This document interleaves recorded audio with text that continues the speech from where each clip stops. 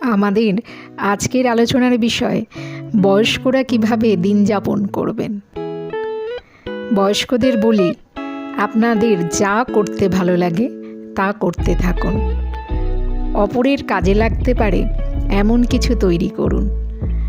যদি আপনারা নিজেদের পছন্দের কাজ বন্ধ করে দেন, তাহলে কিন্তু নিজেদের জীবনের উদ্দেশ্যই হারিয়ে ফেলবেন। সবসময় তাড়াহুড়ো করে কোনো কাজ করবেন না।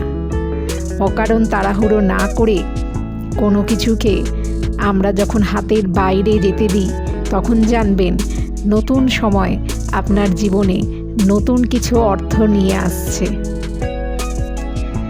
পেট ভরে খাবার খাবেন না।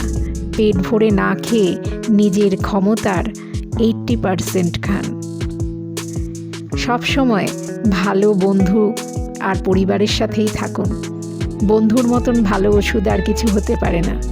চিন্তার থেকে দূরে থাকার জন্য গল্প করুন। অপরের সাথে মন খুলে কথা বলুন।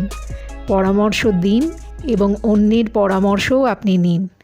মজা করুন, স্বপ্ন দেখুন, মন খুলে জীবন উপভোগ করুন। আর যদি নিজেকে বলশালী করে তুলতে চান, তাহলে রোজ সকালে ব্যায়াম করুন, অন্তত 8 ঘন্টা। ব্যায়ামের দ্বারাই আমাদের শরীর আনন্দ লাভ করে এবং আমাদের বিভিন্ন হরমোনসগুলো কাজ করতে থাকে। হাসি খুশি থাকুন। এই হাসি খুশি থাকাই আপনার শান্তির একমাত্র কারণ হবে। ছোট ছোট জিনিসের থেকেও আনন্দ লাভ করুন। মনে রাখবেন, বর্তমানক্ষণ বহু সম্ভাবনা নিয়ে আসে। একটু বেশিক্ষণ প্রকৃতির সাথে থাকুন। নিজে বাগান তৈরি করুন, উঠোনে কিংবা বারান্দায়। সবুজ গাছপালার সাথে থাকলে মন ভালো থাকবে।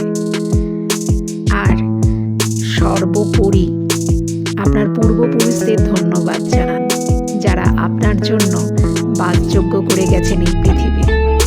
আপনার পরিবার বন্ধুদের সাহায্যে আপনার জীবনকে সুন্দর আর শক্তিশালী করে তুলুন। সারাদিনই বন্ধু পরিবার সবাইকেই একটু করে ধন্যবাদ জানান। প্রতিদিন বর্তমানকে সঙ্গী করে বাঁচুন।